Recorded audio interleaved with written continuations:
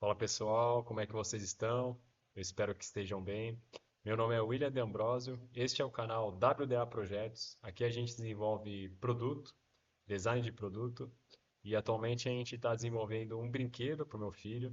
Ele leva a temática Caça ao Tesouro dos Piratas, e é um brinquedo que compõe um kit de 5 itens. A gente já desenvolveu o primeiro e o segundo.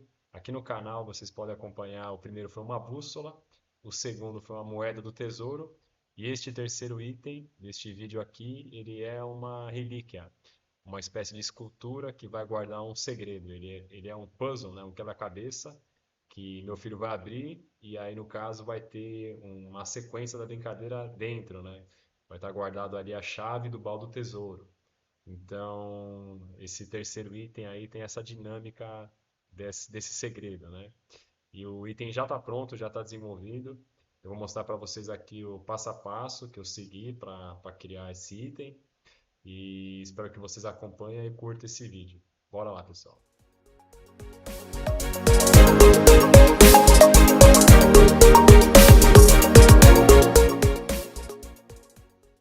Bom, pessoal, então a gente iniciou aí fazendo uma pesquisa de algumas esculturas, né, de povos antigos para fazer essa associação a uma relíquia, né, uma relíquia perdida, um tesouro perdido, né?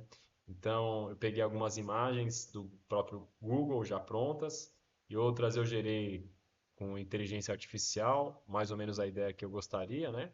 Então, a princípio, pessoal, eu queria fazer uma escultura que fizesse uma associação a um corpo, né? A uma pessoa, né?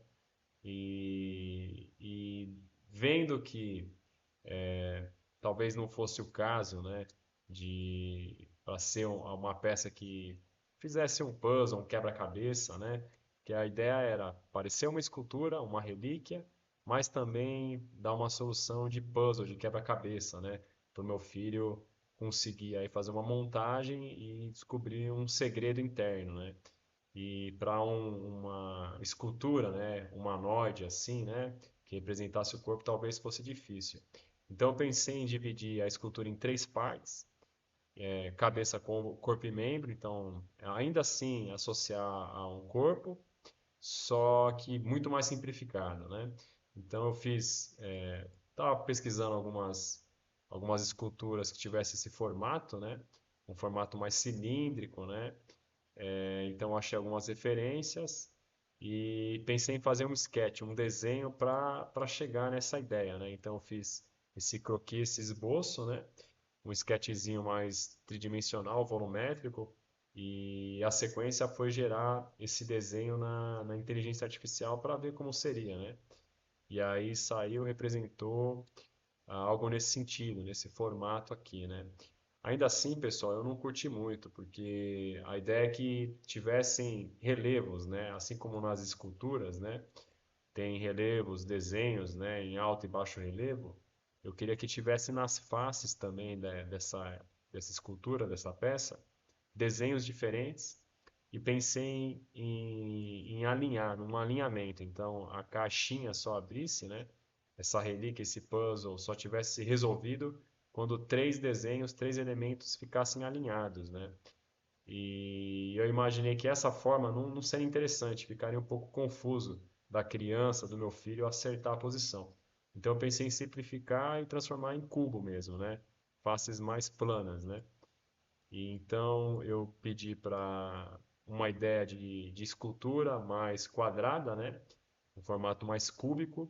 Então chegou numa ideia assim, e aí, posteriormente, eu pedi para transformar essa ideia em temática pirata, né? Então, ele já transformou aqui vários cubos, vários quadrados, né? Já com os próprios relevos, com a temática pirata. Aí dividi 12, porque eu pensei em ser três linhas, né? E como tem 4 faces, então ao todo teriam 12 relevos, né? 12 desenhos diferentes. E desses 12, 3 teriam que se alinhar e abrir. Então eu imaginei que poderia ser relacionado ao baú, uma chave, um baú fechado, um baú aberto, né? E pedi para ele criar mais relevos. E nessa sequência eu já pedi para ele criar os relevos, os desenhos, né, dos relevos e já o mapa de profundidade, né, o depth map. Então, a IA já criou o relevo e já criou o mapa de profundidade. Então, aqui, pessoal, já está os 12 elementos, né, da temática pirata. Principalmente aí que eu queria era a chave e os baús, né, tanto fechado como aberto, né. E aqui outros elementos aí que compõem aí a temática, né. Então, criou-se as 12 faces, né, os 12 elementos, e trouxe eles para o Blender, né? O Blender, eu fiz aquele princípio. Quem assistiu o vídeo da moeda viu como é que eu criei. Então ele é bem simples de criar com mapa de profundidade, né? Então aqui eu criei os 12 relevos já no Blender e fora do Blender, pelo SolidWorks, eu criei os cubos, né? Então aqui eu pensei em um formato mais simples, né? Mais simplificado, que tivesse esses chanfros, né, que chamasse aqui uma face mais em baixo relevo, né, mais cavada, né, como se fosse uma escultura mesmo, e partindo dessa face estariam os relevos, né. E aí eu fiz um mecanismo aqui no SolidWorks que é bem simples, pessoal. Basicamente aqui esse tubo ele sobe para buscar essa peça de cima, que essa peça ela faz a vez da tampa, né? Então, esse cara aqui, ele está encaixado, né? Tem um dentinho de avanço aqui, né? E ele está encaixado numa pista, né? Tem esse cilindro aqui, basicamente uma pista aí, né? Então a peça ela gira com esse travamento, com esse dentinho aqui, né? Então ela está livre para girar e ela não abre enquanto não encontrar aqui a passagem, né? A passagem do dente, né?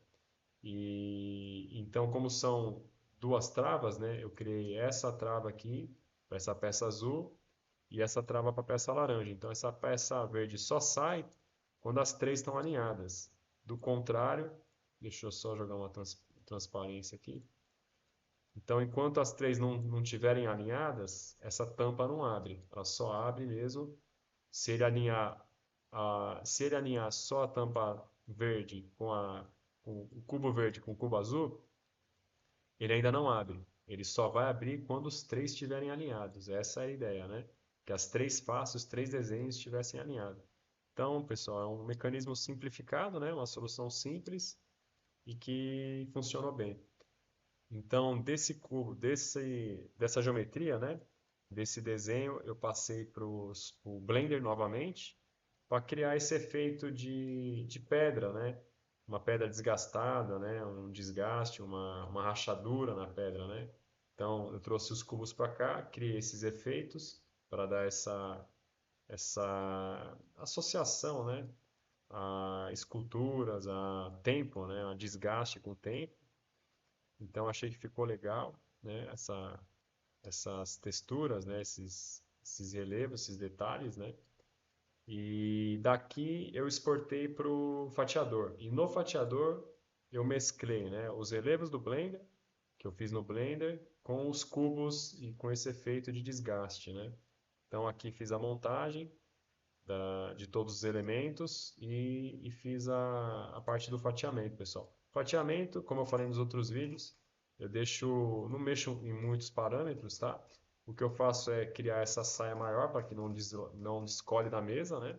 Deixo a parte da base com o menor tempo possível para aderir bem à mesa, né? Então, vou garantir que a saia esteja grande e que o tempo seja bem lento para aderir bastante à mesa. Então, eu garanto aí uma fixação legal.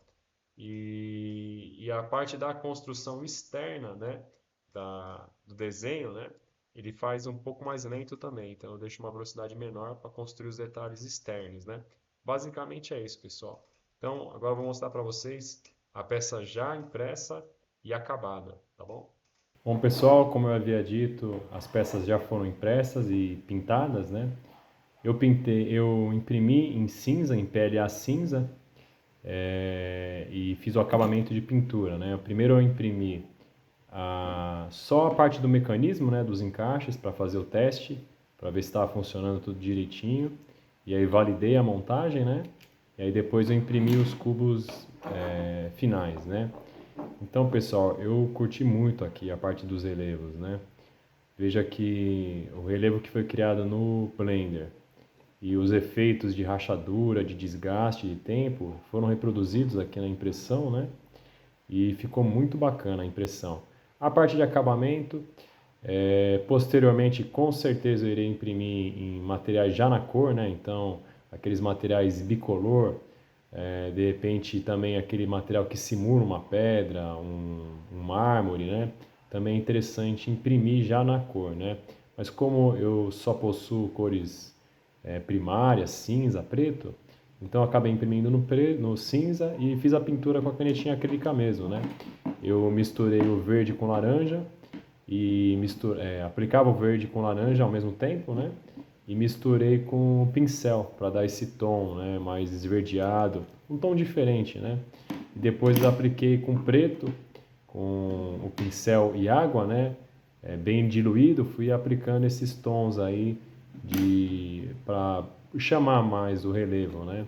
Para aprofundar mais aí a parte dos relevos. Então ficou interessante, pessoal. Ficou bem interessante a pintura. A parte do mecanismo funciona muito bem, né?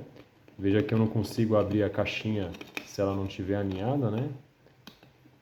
Ela só vai abrir no alinhamento, né? A parte da tampinha, que é a parte de cima, ela não abre de jeito nenhum, né? Eles estão girando bem, tá bem legal a parte do giro, né? E aqui eu alinhando o baú com a chave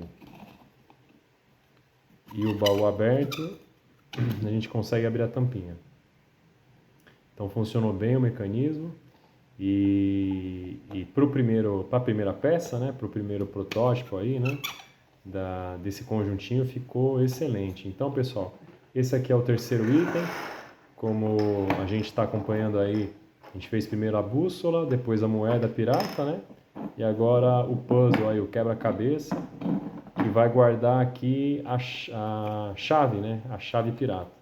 Então aqui dentro a gente vai guardar a chavezinha que vai abrir o baú. Então eu espero que vocês acompanhem aí a evolução desse projeto, né? São 5 itens. O próximo vai ser a chave, depois o baú do tesouro e por último o mapinha aí do pirata. Tá bom, pessoal? Agradeço aí quem acompanhou até aqui e espero vocês no próximo vídeo. Um abraço a todos.